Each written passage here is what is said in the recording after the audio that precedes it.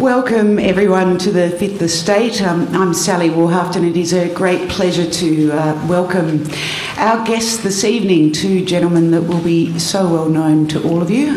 Between them, they served for nearly 20 years as the Foreign Affairs Minister of Australia. More than half my life. So they're obviously excellently placed to be telling us about this portfolio and what's going on with Australia and the world. So welcome, and thank you very, very much for joining us, Gareth Evans and Alexander Downer. Please welcome them.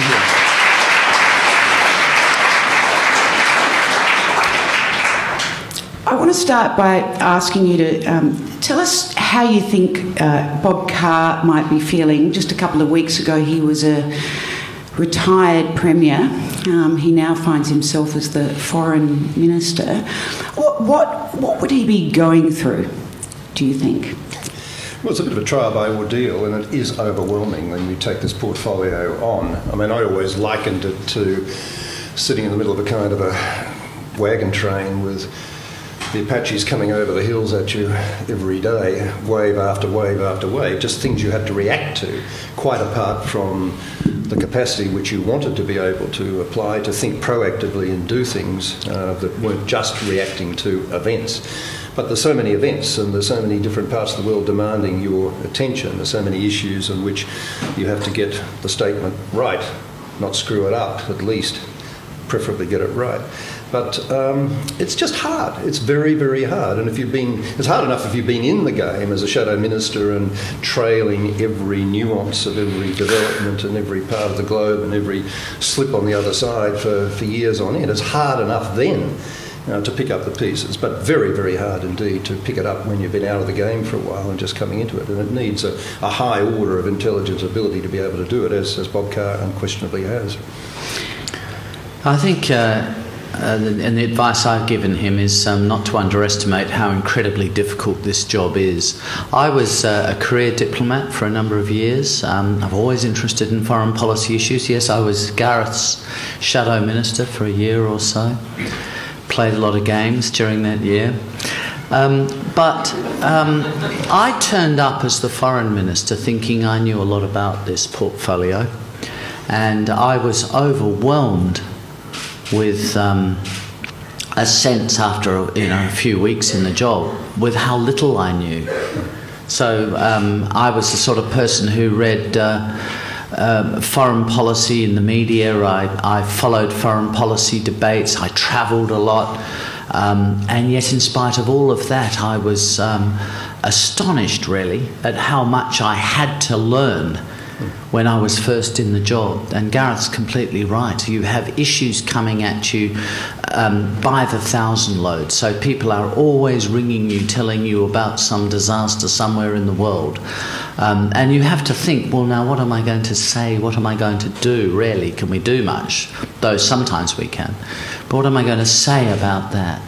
And then you have your plan. And I think, by the way, Gareth alluded to this as well. This is enormously important because you do have to deal with events, as Harold Macmillan would have had it. But you do need a plan. And for Bob Carr, I mean, he's somebody who's always been intellectually interested in these issues, so he certainly goes into the job with a head start. Whether he has a plan or not, I don't really know. But if he doesn't have a plan, given the volume of events and the amount of information he has to absorb, it'll be very hard to develop a plan. When you say plan, I think it's more a matter of having a fairly highly conceptualised sense of what are the relevant national interests, what are the opportunities for influence that a country like Australia has with its particular capabilities such as they are, and what the constraints are, and what you do is a function of discounting, I suppose, the capacities against the constraints and doing things that are perceived to be. But you've got to have an idea and not just be unduly narrowly focused on the traditional duo of geostrategic and political interests on the one hand and economic trade interests on the other. Very much part of the game in the world today is this third category of interests, which I've you don't like it much and you threw it out when you became a foreign minister. But I identified as a third category of national interest the interest of any country has in being seen to be a good international citizen.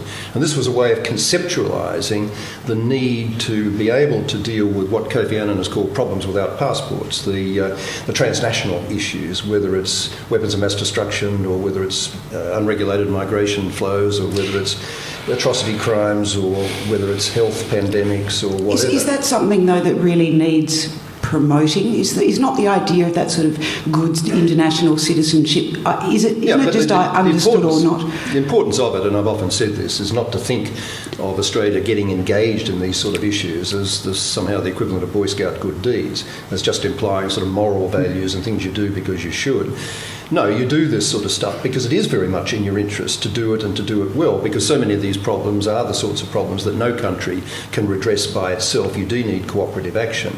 And there are both reciprocal advantages and reputational advantages in being seen to take this stuff seriously. So I'm not wanting to get into the detail of that so much as simply to say that I think you've got to pretty quickly develop a concept of the job which has a place in it for all the different kinds of problems and issues and claims that will be made upon you, and to have some sense of a way of prioritising them. Because if you don't, you're either going to be a complete prisoner of your departmental advice, which may or may not be good. It's a professional department, it usually is good. Or you'll just be completely overwhelmed. I mean, you have to have a framework for developing this stuff, and I think Alexander's absolutely right about it. Whether it's a plan or whether it's just a conceptualisation of these things is... I mean, I call it a plan. We're talking about more or less the same thing.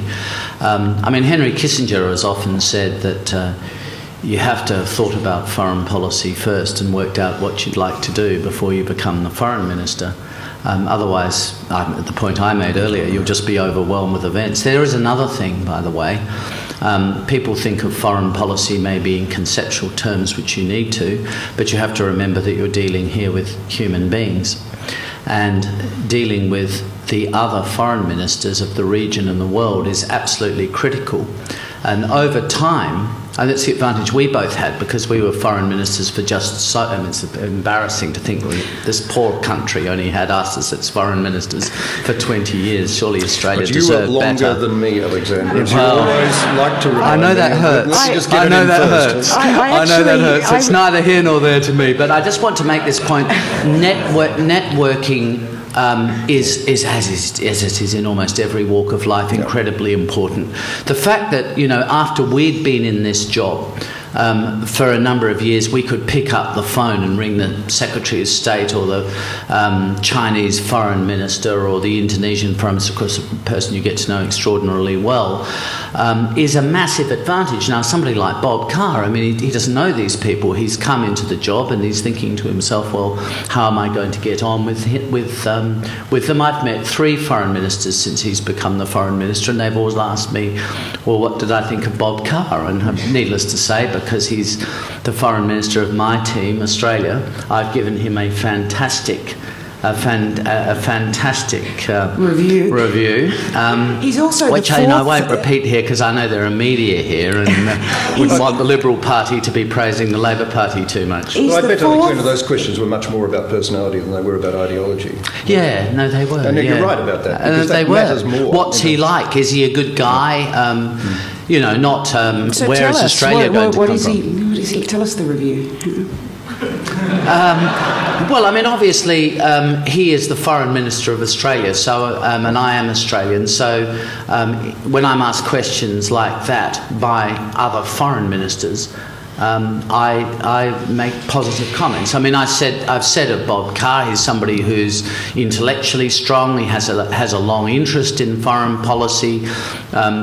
He came to a whole series of different foreign policy events during my time as Foreign Minister, the Australia-America Leadership Dialogue he was engaged with, used to go to Davos, to the World Economic Forum and so on when he was the Premier of New South Wales, and he always participated in these things. He had views and things to say.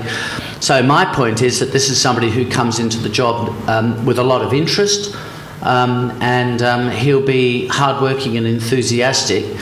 I wish him well. He's the fourth foreign minister in, 5 years since you, Alexander. Is that a problem overseas? Is it a problem with how we're, seen and the stability of our government and so on? I don't think so, because most countries have, similar... Japan would have had more in that time. Well, that's 6 in 5 months, I think, at one stage. Right. But, no, I mean, I think people do understand the rigours of domestic politics and the pressures that apply, but it is of an advantage, not a reputational advantage, just so much as a direct personal advantage, to be around long enough to make those contacts. And unless you're hopelessly charmless, I mean, you usually do have a certain capacity to develop relationships which do matter and count for a lot. And I mean, I agree absolutely. And I was even nice about you for 10 years, for God's sake. I know was in you Brussels. And how hard would that be? Tough gig, but we did it in the national interest. Well, there does seem to be more of that with foreign ministers. There are some things about that portfolio that are distinctive. One is that you're looking outwards. It's the only portfolio that is continually looking outwards. The other one is that it seems to have people do it that do know a bit about foreign affairs, unlike perhaps a health minister that knows nothing about health, or a finance minister that can come with no background in finance, or any other number that I could pick. It also does seem to have a little bit more niceness or decency in the way Labor and Liberal former, current foreign ministers get along. Is that overstating? We had our moments. I think you don't want to get too... That's sweet of you to say those things. We sound so nice, but we're not. I can think of the debates I suppose had with Kevin Rudd over this and that over the years when he was the Shadow Minister for Foreign Affairs. I think, let me just cut Gareth off before he draws anybody's attention to it. There was a weapon. When I was when I was the Shadow Minister for Foreign Affairs, I ran a kind of hard line on I feel embarrassed to talk about it really, on French nuclear testing in the Pacific. It was a great political victory, that one, but when I became the Foreign Minister, I had then to sort of sweep up the debris of the wreckage that I'd caused. Yeah, well, there's a limit to the amount of vulgar populism you should be allowed to get away with in competition. I reached the outer limits of the limit, but I never exceeded it. Now, you're in deeply vulgar populist mode during the entire time you're foreign. Unlike, I have to say, Peter Reith, who was the most pleasant and constructive, with due respect, of the shadows that I had over that period. The monster Peter Reith, particularly on anything to do with water of any kind. When it came to foreign policy, I think he was having a bit of a rest period. He'd been pushed aside a bit. He was genuinely interested in the subject and genuinely trailed around after me in New York and elsewhere, taking a highly intelligent interest in the portfolio. We got on like a house on fire. I'm not sure that did his reputation much good, but there was certainly, I think you're right, that basically we know that the issues here are of national importance. We do know that there's a limit to the extent that we can play the partisan game. It is crucial to get the substance right. And I think by and large there's a much higher level of bipartisanship, whatever the gamesmanship that go on around the sign around this issue, and that's good. Are there historical differences between your parties that still do really matter in foreign affairs? Well, there are differences, I don't think, of absolutes. There are differences of emphasis. And Gareth touched on one earlier. He talked about good international citizenship. I suppose everybody's kind of in favour of that, but as distinct from the opposite, which is bad international citizenship, e.g. President Assad. But I think it's probably fair to say that the Labour Party has more faith in multilateral diplomacy than the Liberal Party. And has a higher degree of idealism about multilateral diplomacy. So, I mean, I am unusual in terms of Liberal Party or Conservative politicians or former politicians anywhere in the world, in that I work for the United Nations. And the United Nations has been historically much more embraced by the Labour Party, in my view, than by the Liberal Party, which has been sceptical about what the United Nations could ever achieve. It's been more than sceptical. I think it's often been quite cynical about the United Nations. And the Labour Party, you know, going back to Bert Evatt, and he was the third, I think, President of the United Nations General Assembly, and one of the founding fathers of the United Nations. For the Labour Party, it's always been very important. I mean, I remember Kevin Rudd, when he was the leader of the Labour Party, and you'll all remember that happy period. I remember when Kevin Rudd was the leader of the Labour Party, he said that Labour's foreign policy was built on 3 pillars, and one of those 3 pillars was the United Nations. I don't think you'd have the Liberal Party ever say that. I don't think the Liberal Party's that dedicated to the United Nations. Well, you're perfectly right about that as a recurring motif through most of our post-World War II history, and that's really the only history we've had in foreign affairs. We didn't have much before the Second World War. I wouldn't want to totally exaggerate the party differences. I think, by and large, even though I've gone on record as saying, using Manning Clark's dichotomy, there's a real difference between the enlargers on the one hand, us, and the straighteners, them. And that sort of tracks itself through in all sorts of ways. There's a sort of an optimism about the Labour Party's traditional approach to what's doable externally, which is not quite matched by the sort of approach the other side brings. But having said all of that, and finding it so easy to find areas of difference, what's interesting is how often there's been continuity and how much has really depended not so much on ideology or strong party positions, but simply quirks of personality. I mean, I think of the transition from the watershed years of Whitlam, which really were watershed years in Australian foreign policy, to Fraser. There's a huge amount of continuity between the Whitlam government and the Fraser-Peacock government, not least with Peacock's role at that stage. I mean, yes, there was a lot of Cold War angst that showed itself in the Olympics and a few issues like that. But by and large, the turn to Asia, the interest in multilateralism and so on was continued. With Howard, and there was not the same continuity following the Hawke-Keating period. But I don't think that really had so much to do with anything totally inherent in the liberal conservative culture as really the personality of John Howard, who really was obsessed with the Anglosphere, and you still get that sort of concept coming through, although Tony Abbott never talks about it in polite public company these days. He really was obsessed with the relationship with the US and the UK, basically uninterested not only in multilateralism but in the region, which we'd made the leitmotif. He saw by the end of the period, your period, you played yourself back into that game, I think, in all sorts of ways because you had to. But it wasn't instinctive, and there was a real difference of that kind. But I think it was more personal than ideological. I think that sort of gets to though a little bit more the debates that we used to have, or we still perhaps. Well, there seems to be less of a debate on foreign policy at the moment, but so much else. The debates that we had, which revolved around this concept of engagement with Asia, actually, I think they've been debates about nothing, and the two sides build straw men. The liberal narrative of the Hawke-Keating, or particularly the Keating government, was that it kowtowed to countries like Indonesia, to dictators like Suharto and so on. And the Labour narrative is, the Liberals never really cared about engagement with Asia. Of course, both of these narratives are wrong. The honest truth of this is, since Harold Holt, really, I don't think you could ever accuse Menzies has been very committed to the concept of engagement with Asia, though I'm, subject to correction there. But I mean, I think he really was a believer in the Anglosphere, and I knew Menzies. But Harold Holt, from Harold Holt to Gorton, we'll just skip over McMahon for a moment. I'm not quite sure what happened then, except that they went to the White House to a dinner. That's all I know of his foreign policy. My father was the High Commissioner in London at the time, so I should add that they came to London to dinner at our place once. That's all I can remember about that.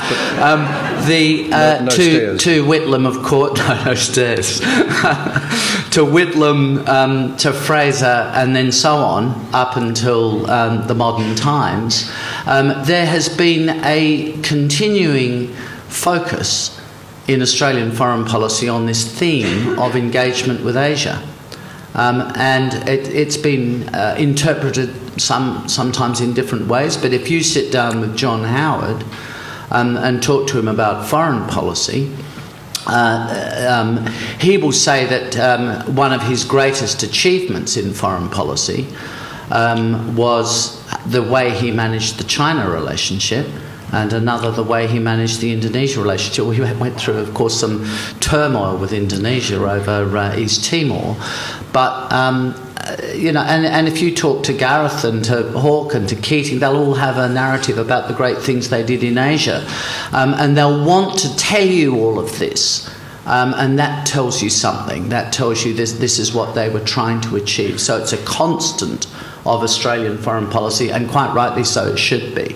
Well, I think you're rewriting a bit of history there, Alexander. There was a movement away from that really passionate, intense priority. The kowtowing, you mean? And well, sorry, you're back to being your vulgar old populist. I'm only responding. No, I mean, there was a whole variety of ways in which it manifested itself. APEC went off the boil, the ASEAN Regional Forum went off the boil. A lot of those relationships just weren't nurtured. There was no acceptance intellectually, and there's still not, because Howard's still writing it and saying it. There's no acceptance that our geography now matters more than our history. No, you've got to have both. It's history and geography. And that worldview did militate against. I don't think you personally were particularly a prisoner of that, and I've always given you the benefit of the doubt that you might have run a halfway rational foreign policy had you been given a chance, but you weren't, because you were under the thumb of a very strong Prime Minister, and that's another story for another day. But I think, you know, Howard you'd know more about that than I would, I suppose. You know, it's like the elements of the media. They always know more than I do about what I think. Of course, that's not true. It's complete nonsense. Complete nonsense. Well, there you go. But Howard got religion about Asia towards the finish, as people tend to if they're in this job long enough, because that's the reality of the world around us.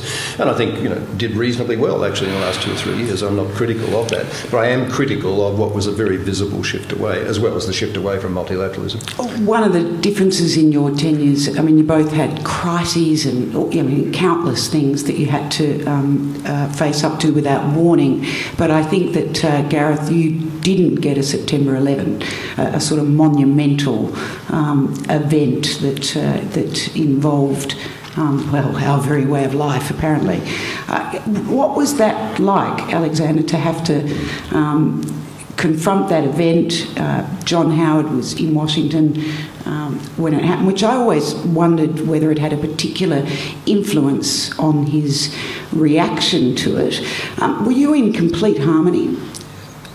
Sure. I mean, look, I don't want to leave tonight with you know, an outsider's interpretation of how the Howard government worked. I'd like to make it clear that there is an insider's view about how the Howard government worked, which is a pretty educated view.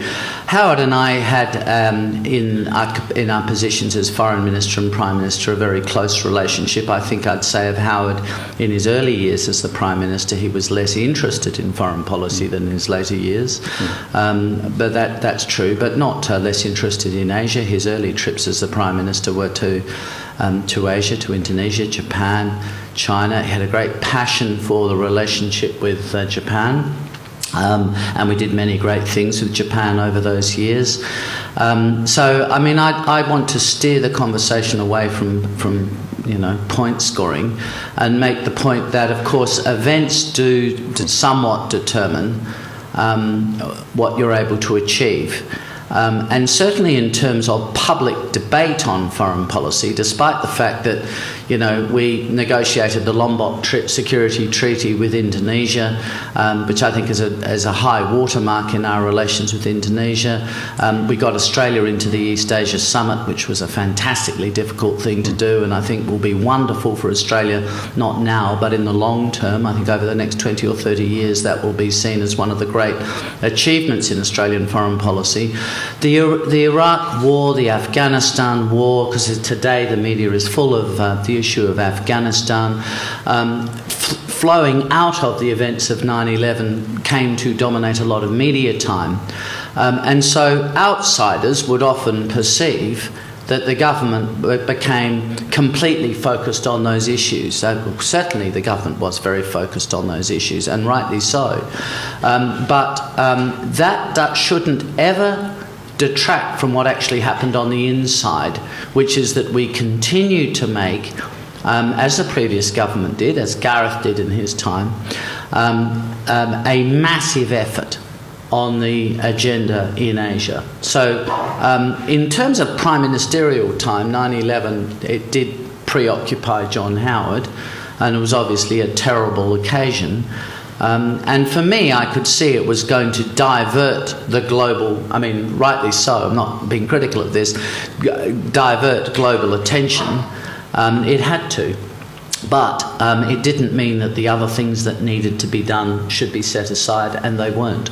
There's one huge game-changing event which did occur on my watch, and that was Berlin Wall coming down, the end of the Cold War, which created a huge opportunity. It wasn't a constraint, it was an opportunity. It was a positive. And it did, and it was a real game changer. I mean, things like the Cambodia Peace Plan and so on just wouldn't have been able to have been negotiated in a Cold War context. I mean, there's just too much baggage to be carrying around. But the doors opened, the sky opened up, and it really did create a wonderful opportunity for Australia to play a role as a creative, engaged middle power with ideas about all sorts of things, and the stamina and the willingness to pursue them professionally. And it was a wonderful period, actually. And I mean, you must have dreamed of having, some opportunity like that on your watch, rather than the narrowing and the constraint that 9/11 obviously represented.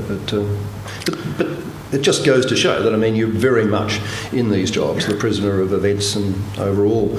Well, it's true of all politicians and political careers. I suppose you could be a great president of the United States, but the truth is nothing very much happens on your watch. You can be Abraham Lincoln and something quite big happened on your watch. He becomes one of the great heroes of history, or Winston Churchill. Those sorts of people have made their names out of the way they responded to events.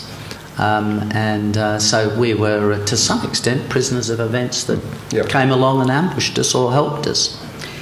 Alexander, you said today in a speech the rise of China is a transformative event. It's the great geopolitical change that is taking place in our lifetime. In fact, potentially bigger than anything. Tell us about China and about why there's so much tension around the sort of politics of the engagement with China. Well, I don't think there needs to be as much tension about China and around surrounding China as there is. And here am I, a supporter of the American alliance, obviously, and close to Washington, and always have been. But my view is that we're going through a great historic transformation.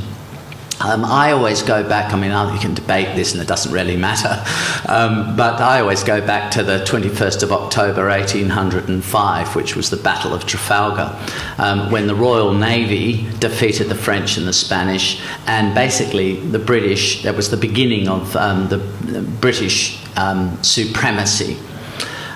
Which lasted up until more or less the Second World War, when the British Empire then came apart. But the British were replaced as the major power in the world by the Americans. So this comes back to something Gareth mentioned earlier, the Anglosphere.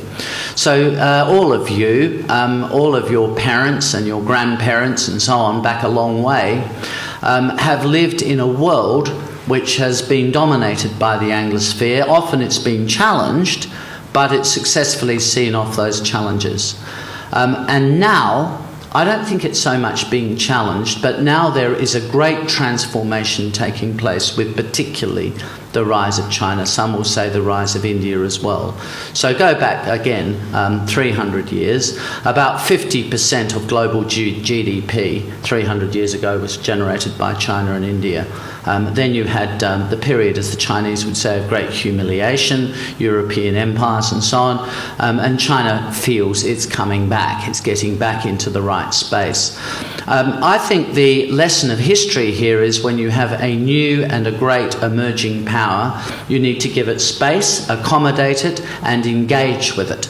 The worst thing to do, and I'm sure Gareth agrees with this, I feel very passionately about this, the worst thing to do in dealing with the rise of China is to pursue a policy of containment.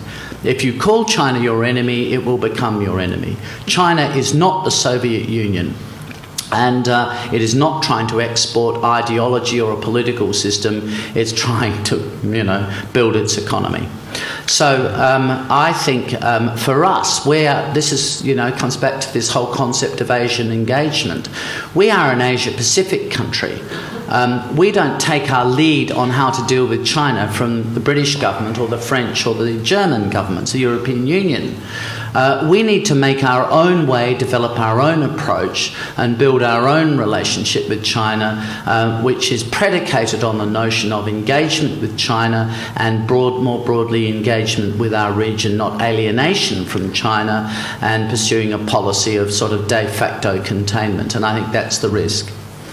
The biggest single foreign policy challenge for Australia is to avoid being drawn into a zero-sum game choice between our economic partner and the new regional big player, China, and global big player on the one hand, and our traditional security ally, the United States, on the other. This is the tough one, and it's generating an awful lot of debate at the moment.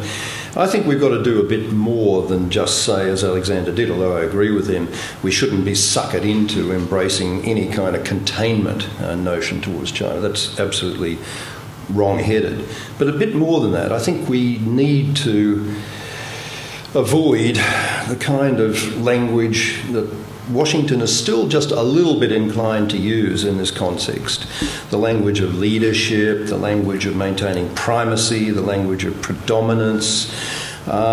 This is almost as toxic in terms of the long-term implications and the self-fulfilling prophecy that this involves of moving into a very competitive space. It's almost as toxic as containment language. I think the words we need to hear from the leaders are cooperative language, compromise language, balanced language. Above all, the words I'd like to hear are ones I've often quoted that I heard you might have heard me quote this, Bill Clinton, on a platform I shared with him actually when he was out of office, and I was back in the early 2000s, I was out of office too. And we just found ourselves in one of these California extravaganzas. Warren Beatty and Barbara Streisand and all this sort of thing. Our friends. It's a great job for name dropping, by the way, being a foreign minister. Some advantage being the former Foreign Ministers Club. But look, the point is, on this stage, Clinton said something which I'd never heard him say when he was president, and I wish to God he had, because I think it was absolutely pitch perfect. What he said was simply this, and it's extremely relevant to this issue about China. He said, look, this is back 2002, 2003. The United States has two choices about the way in which we can use this great and unequalled economic and military power that we have. One choice is to use this unprecedented power to seek to stay top dog on the global block in perpetuity. The other choice is to use that great and unprecedented power to create a world in which we are comfortable living when we are no longer top dog on the global block. And I thought that was exactly the right kind of mental approach to bring to this, and in particular to this burgeoning relationship with China. Create a world in which we're comfortable living when we're not. It's not a matter of yielding supremacy, primacy to the other side. It's a matter of recognising that this is going to be a jostle, this is going to be a balance, this is going to require cooperation. I mean, the two countries are joined at the wallet, as we well know, through economic interdependence and going to remain so. There's all sorts of reasons why this can be handled perfectly peacefully in the decades ahead. There's all sorts of historical reasons, though, why you've got to get the atmospherics right if you're not going to have these things end in tears. It really ends well, doesn't it, when you've got a sort of hegemon in decline and a rising. Yeah, well, there's a lot of literature about this, but we're in a new kind of space. Well, I think in any case, this is happening. Are we going to take a position we don't want it to happen? That's absurd. For a start, if you take that position, you'll be disappointed, you'll fail. And secondly, because this change is taking place in the global power balance, we're Australians at the end of the day, we're on Australia's side. We want to make this work for us. And America, picking up where Gareth left off, needs to make sure it works for America as well. So the example that's always used is the unification of Germany and that period into the 1870s, 1880s, 1890s. It was not too badly handled. At its moments, but it was not too badly handled. And it was really, you know, with the controversial and debatable point this, I suppose, but with the demise of Bismarck, the evolution of a sort of Wilhelmian-dominated, more absolutist political system in Germany, that it all started to fall apart. So the rise of a new great power challenging the status quo became actually a very ugly race. Now, my point in mentioning that, and it's often mentioned, is given that the rise of China is there, it is a fact. It is a fact with which we should deal. We need to learn the lessons of history and not repeat the mistakes of history. And that's, you know, Gareth's point. I mean, we all need to work out how we're going to engage with China and make this relationship with China work. And we're going to have to think about and to understand China a lot better than we do. One of the things I plead with Australians to get away from this whole concept of thinking of China in the way they thought of the Soviet Union. I mean, this isn't some village in the Midwest of the United States. This is Australia. We should be able to have a more sophisticated view of China, if you see what I mean. And some sort of a bigoted view about a bunch of communists coming along in China and trying to take over the world is not going to lead to a very peaceful and sustainable future for us. So we really need to have a sophisticated view of what the changes in China are really about, and try to understand what the Chinese leadership is thinking, why China works as it works, what does China want to achieve, and how do we fit into all of that, rather than reaching for the ideological trigger and pulling it just for the hell of it because it might win a few votes. You mentioned really briefly India, perhaps India along with China. India seems neglected. I often feel that there's so much is China, and yet in terms of the relationship with China, but also Pakistan, why does it seem to be left out, or is that my impression as an outsider? Well, we've traditionally just thought of India in very one-dimensional, you know, cricket, Commonwealth, curry sorts of terms, and never taken it very seriously as but we're meant to think of China and really part of the reason for that is that India yeah. never took itself sufficiently seriously as an external player. It was inwardly consumed. Its economy was, you know, ridiculously, protectionist and exclusionary, and its relationship with the Soviet Union was, deeply unhelpful to its own expanded development. It's only really in the last 10 years or so that India has opened its eyes, its doors, and started to show the gigantic potential the country has. I mean, we've seen it in certain economic sectors, IT and so on, but bit by bit, I mean, the country really is getting its act together, and it's going to take a hell of a long time to catch up with China, given the head start and the way in which China has approached these issues of infrastructure development and the way that, frankly, it has been able to approach them as a non-democratic country. But India is very much where the future is, and we absolutely overlook and ignore that at our peril now. I mean, the Asia-Pacific really is becoming the Indo-Pacific, and I think we've just got to get our heads around that and not treat it as a kind of optional add-on to start focusing on India, but really, really get engaged. And I think we're doing that, but there's a long way to go. I mean, it's one of the constant criticisms of Australian shadow ministers that the government hasn't done enough with the India relationship. I said it myself, and Kevin Rudd and Laurie Brereton, they were the two shadow ministers I had. They said it, and Gareth, I can't remember during the Fraser years who the shadow ministers were, but they probably said it at the Fraser government. I mean, it's quite different from the China relationship for a lot of reasons. We think that we're going to have a good and easy relationship with India because of the Commonwealth links. You know, my father was in the Changi prisoner of war camp, and there were a lot of Indians there, and so, you know, my father had this dewy-eyed view of India being once part of the great British Empire and so on, and they play cricket and so on. But Indians don't that's not their self-perception so much. I think they see the British Empire more of a period of great national humiliation than a great team that they were proud to be part of. So I think that's the view of modern India. But The other thing is its per capita GDP is half that of China's, and its rate of growth is not greater. So as an economic force with a similar population, its population is gradually starting to overhaul China's, but it will significantly overhaul China's in the next 20 or 30 years, but its GDP won't. So as an economic force, it's not so great. I think to its advantage, the debate about its political system is in a sense resolved. I mean, if I think about what India's political system might be like in 30 years, I have a sense that it'll be pretty much what it is today. If you ask me what I think China's political system will be in 30 years, don't know. I don't know how it's going to evolve, but I reckon it won't be quite as it is today. I think it will be somewhat different.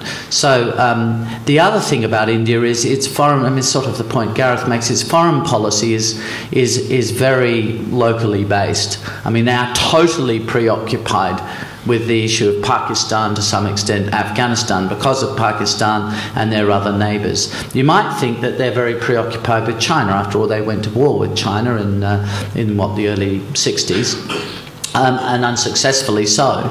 But you have to remember, geography is really important in foreign policy. India and China are separated by the Himalaya mountains. So there isn't a natural sort of conflict that, although it did occur, as I mentioned, and has occurred, but there isn't a natural point of tension and conflict between the two. So yes, they focus a bit on China.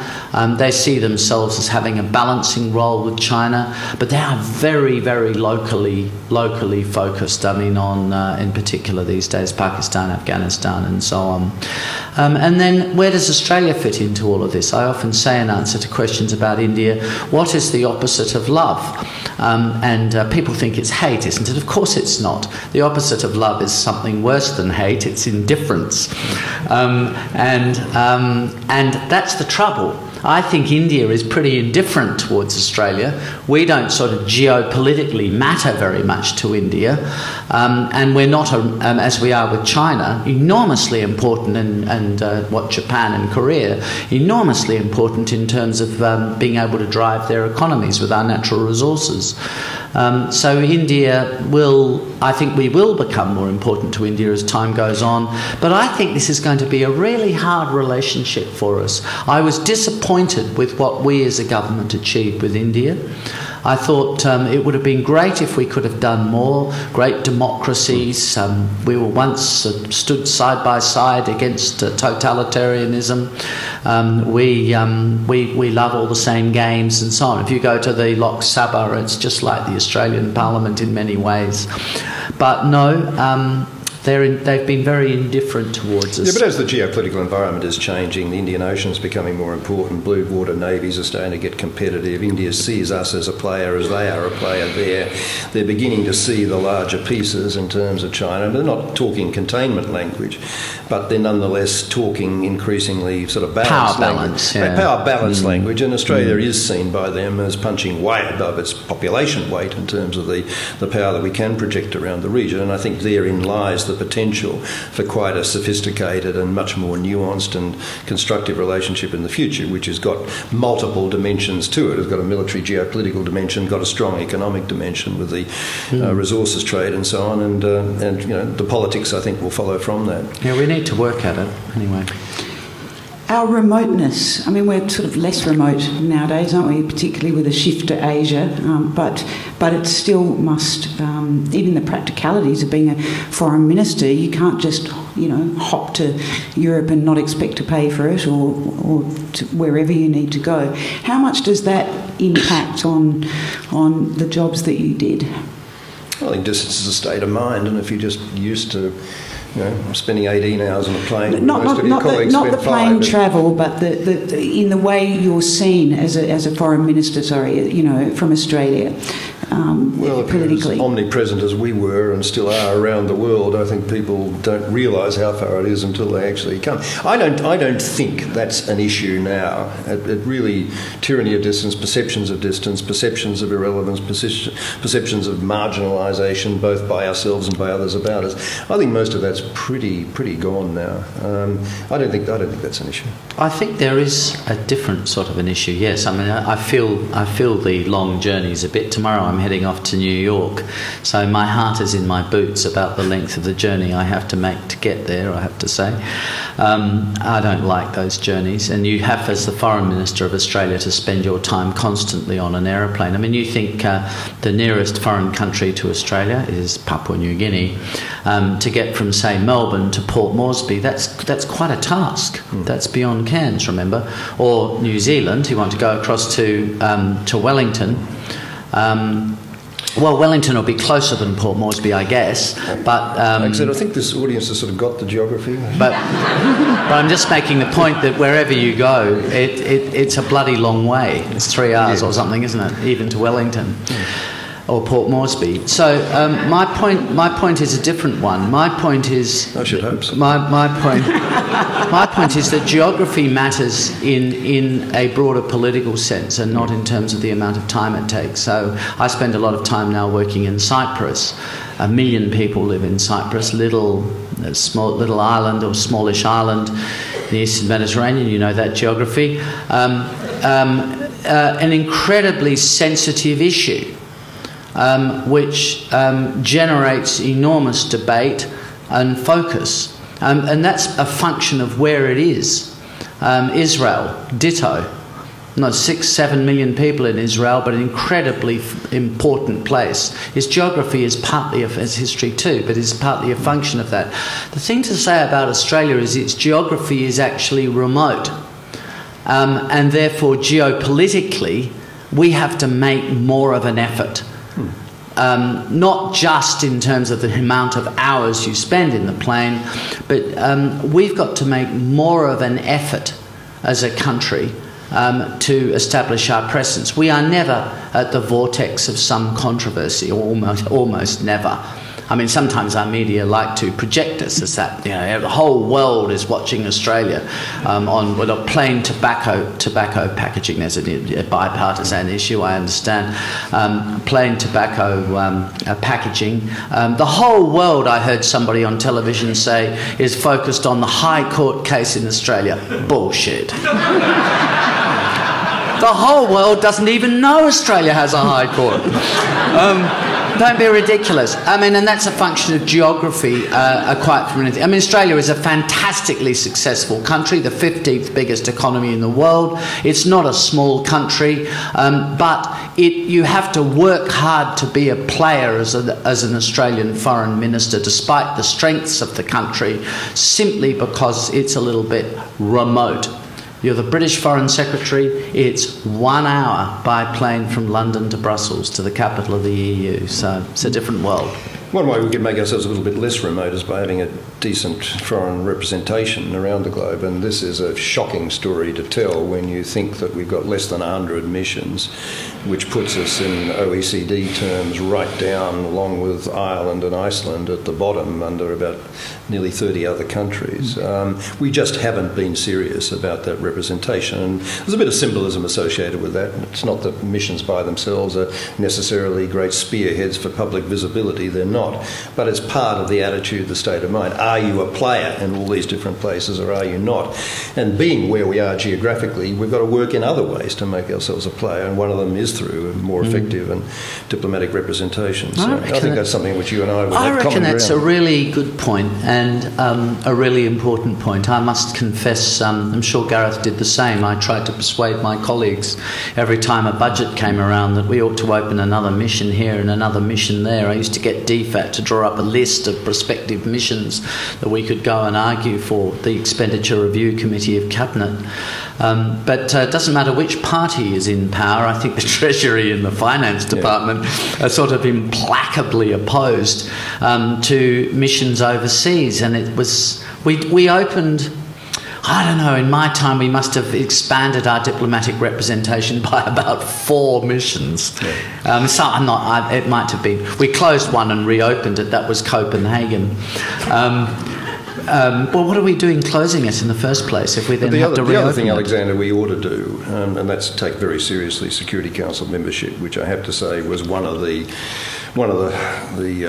consequences of your retreat from multilateralism, not yours personally, but that Prime Minister with whom you were so intimately engaged for all those years. I really do think that we have to work very, very hard to play ourselves into that top-table visibility role. We've got obvious national interests involved in terms of our troops in UN missions authorised by the Security Council, in terms of our obligation to observe sanctions that are imposed in various countries by the Security Council. But more than that, I think it's both a matter of national pride to be in that sort of company fairly regularly, every 12, 15 years or so. That's all we can aspire to.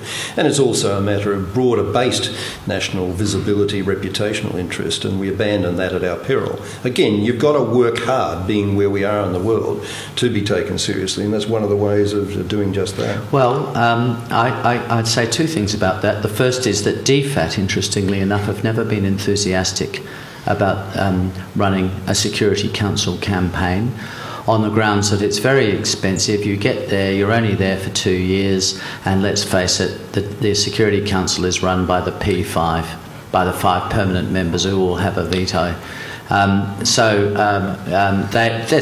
This is always their judgment in my time. Not always, as the senior guys you appointed maybe, but not mine.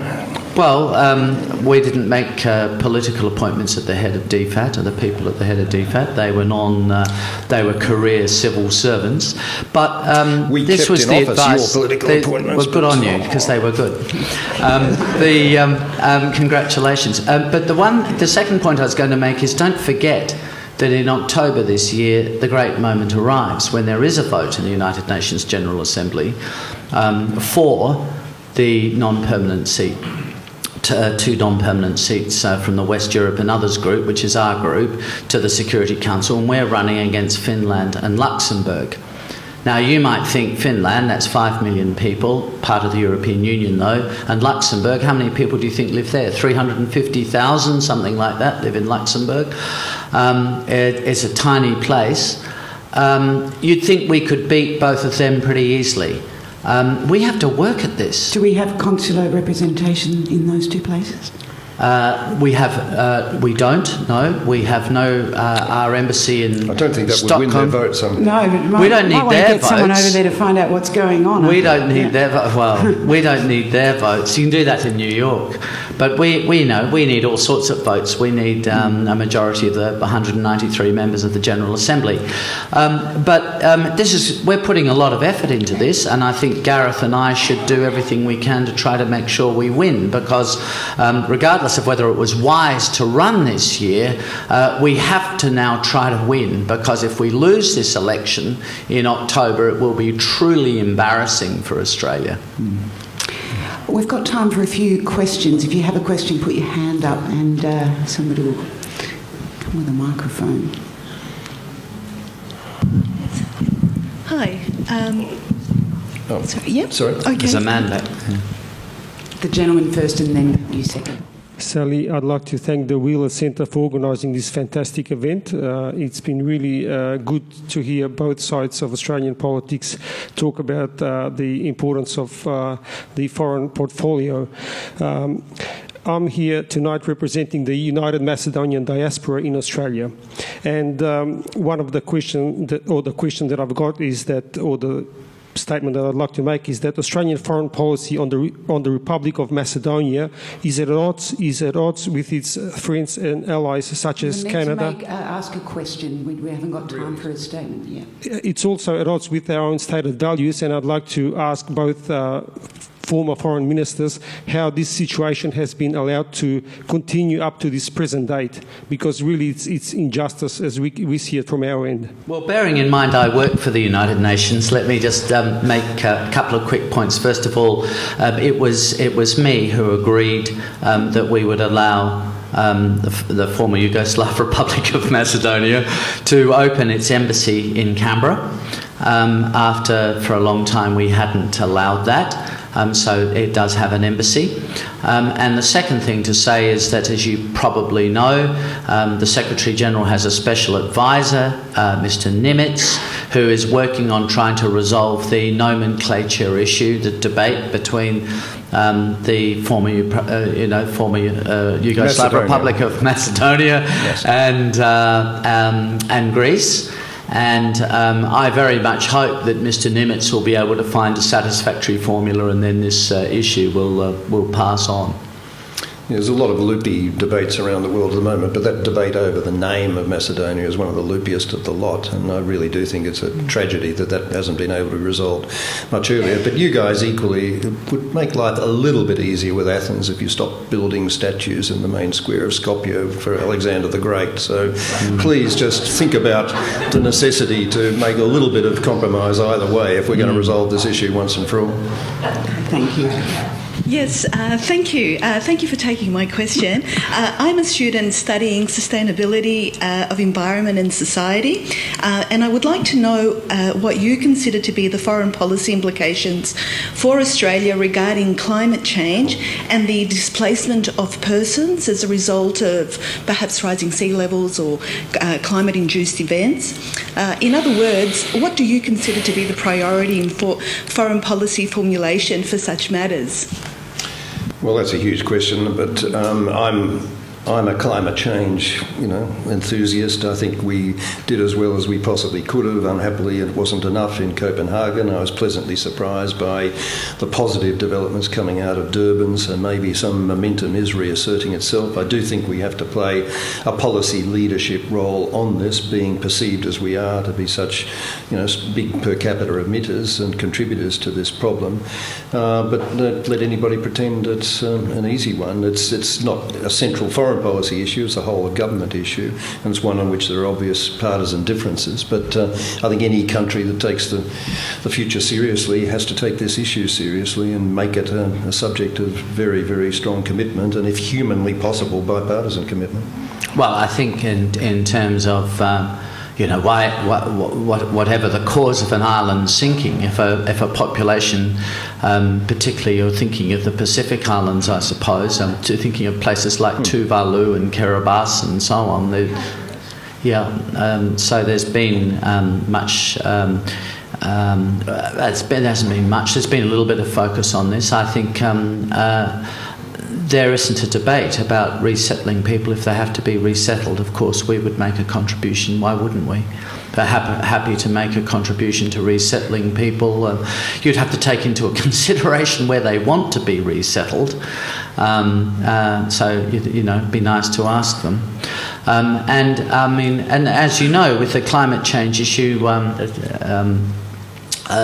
taking the most concerned approach, if you like, to climate change, if all CO2 emissions, anthropogenic CO2 emissions were to cease tomorrow, it would still take something like 30 years, as you know, 20 to 30 years, for the impact of those CO2, the pre-existing CO2 emissions to be washed out of the system. So, it's just worth reminding ourselves of that. So, whatever action any government or series of governments around the world take to address CO2 emissions, setting aside the debate, if I could do that for a moment, you might still nevertheless be faced with the sort of problems that you're talking about. Sure, Australia, we're a generous country, and why wouldn't we play a role in helping to resettle people, particularly in our own neighbourhood? Where it's a country like, say, Bangladesh, they probably don't want to be resettled in another country. They just want to move to higher land in their own country, if insofar as that's possible.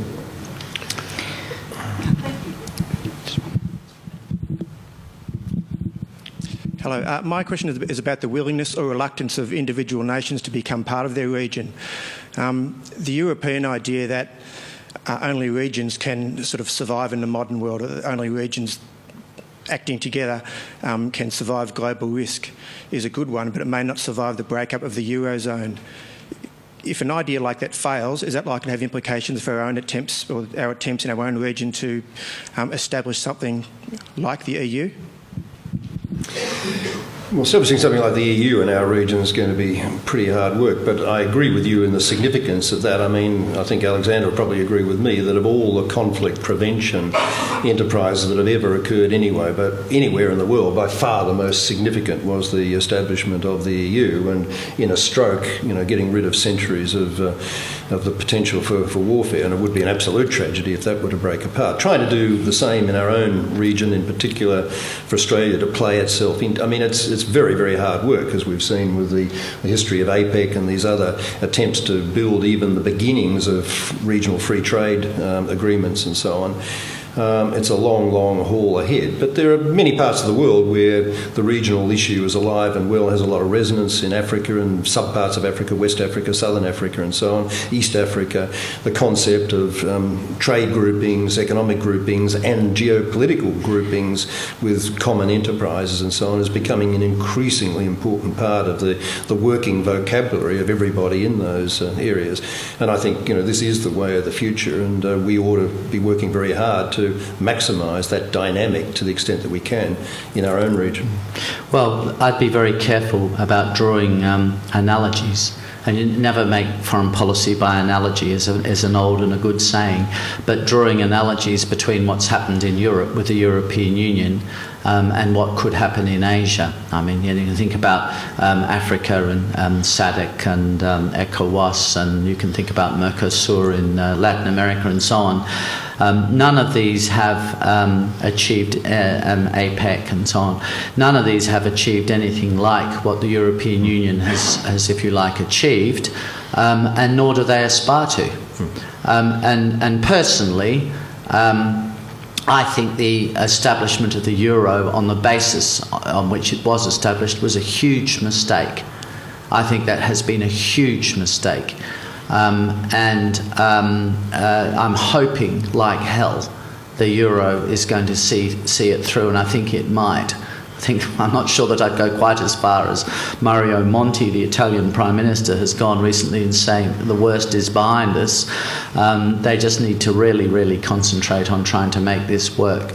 And do it in a way where they're not subscribing to populist sentiment in countries like Germany and the northern European countries. But I think it's gotten them into a terrible series of problems. I think the second thing I'd say about it is what binds Europe together does not bind Asia together. Asia is not Europe. Its history is completely different. The enmities, the differences of ideology and so on are enormous in Asia. I don't think you should underestimate that.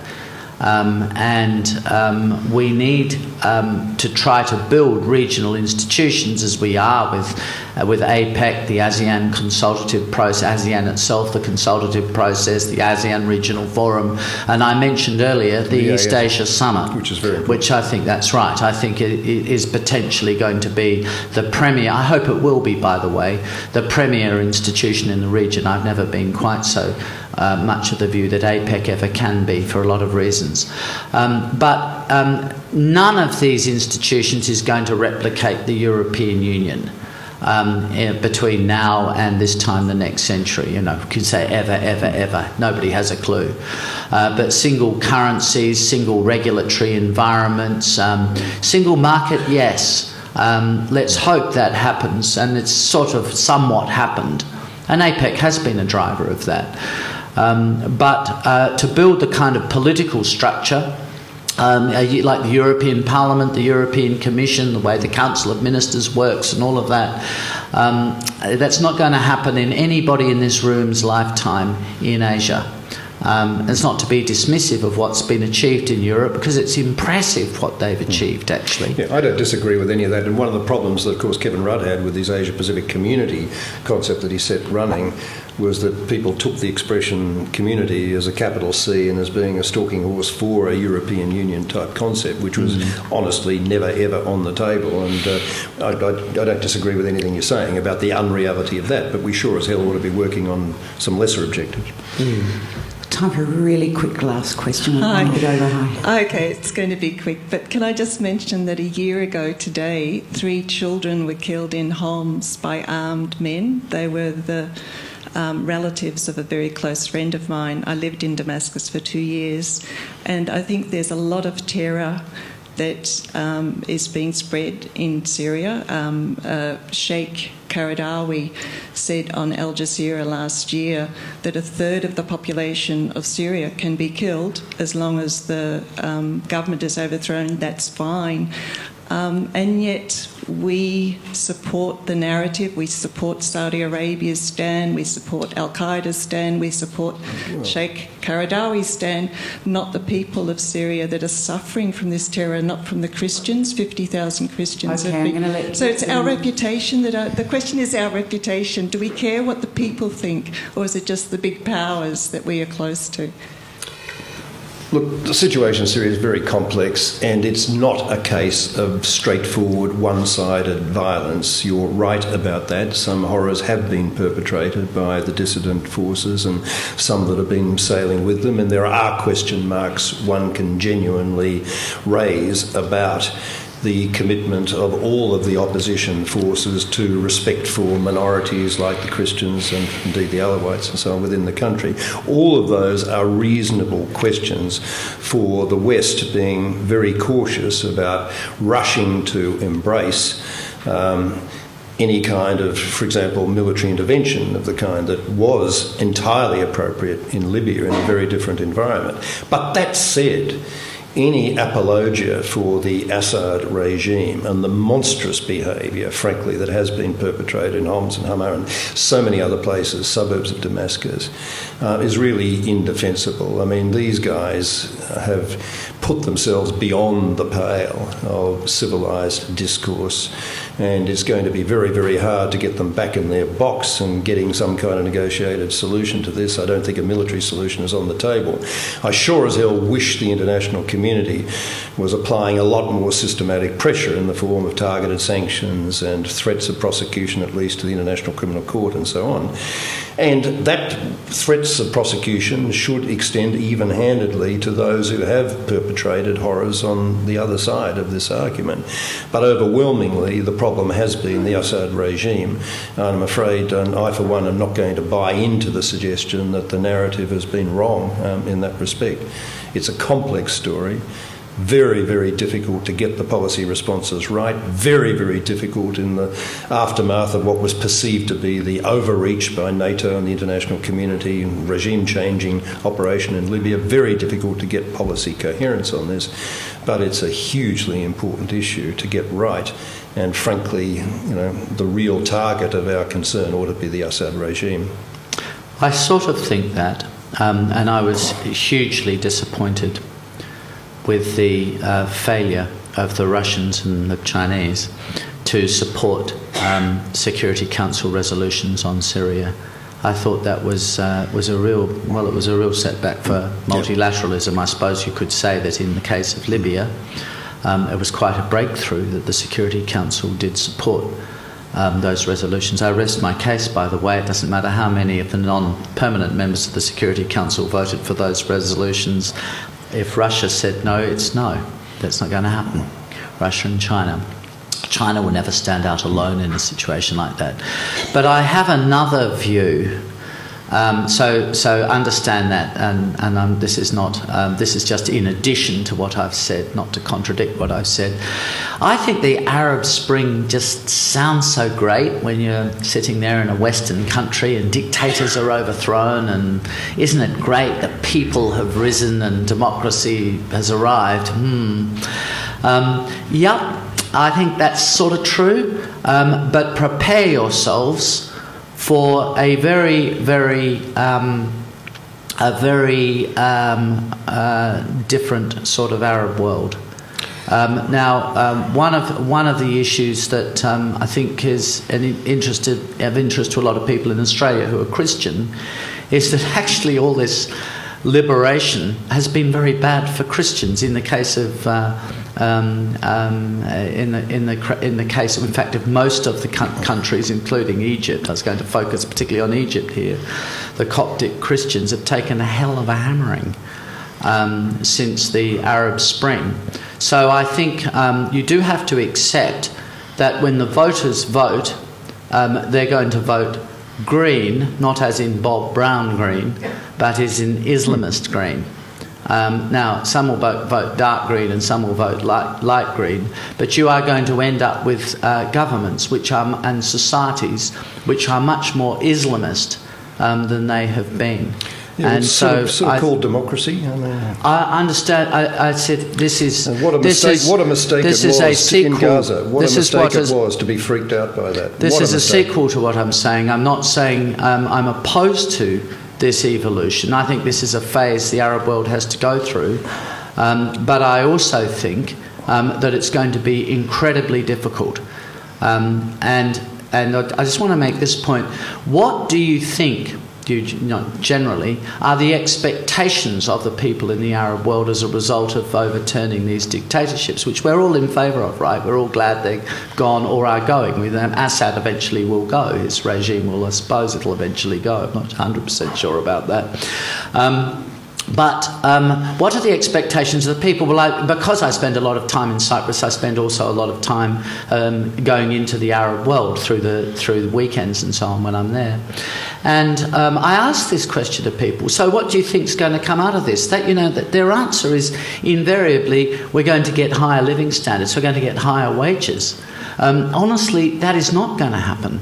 That is not going to happen unless they institute a whole lot of liberal economic reforms, and nobody is arguing for that. So I think there's going to be great turmoil and great upheaval for a long time, and I think minorities are going to do it very, very tough. They're going to do it very tough in these countries, even if they've done it tough already. So, I mean, I'm not as dewy-eyed as some about the, like sitting there reading the New York Times or the London Times or The Age or something, and it all says fantastic, the people rise against the dictators. We're all in favour of that. But, tough times ahead. Maybe that is a good thing, yes, fine. But it's going to be very tough ahead. Yeah, but just one final word before we buy into too much of this Islamoneurosis stuff. I mean, let's just get it firmly in our heads that the overwhelming majority of people in the Arab Islamic world are Muslim rather than Islamist. Islamist means activist, and of the activists, a very significant majority are in the democratic camp. They might have aspirations for Sharia and all these sort of things, but are happy to get there by democratic means. Some of them are in a purely religious, messianic, missionary sort of camp with no particular implications for the way in which they behave or insist on others behave in the political space. And only a tiny, tiny, tiny minority are in the fanatical jihadist Islamist sort of camp. So it's very, very important to get this sort of straight. Not fanatical, mate, that's right. Only a small minority are fanatical. Gentlemen, I'm going to have to actually stop you. We've gone quite a bit over time already, and there are about 1,000 other things I'm sure we all wish we could ask you, but it has been such a pleasure to have you both here together tonight, and all the wealth of your experience and so on, and I'm sure everybody will want to join me in thanking you very, very much. Gareth Evans and Alexander Dunn.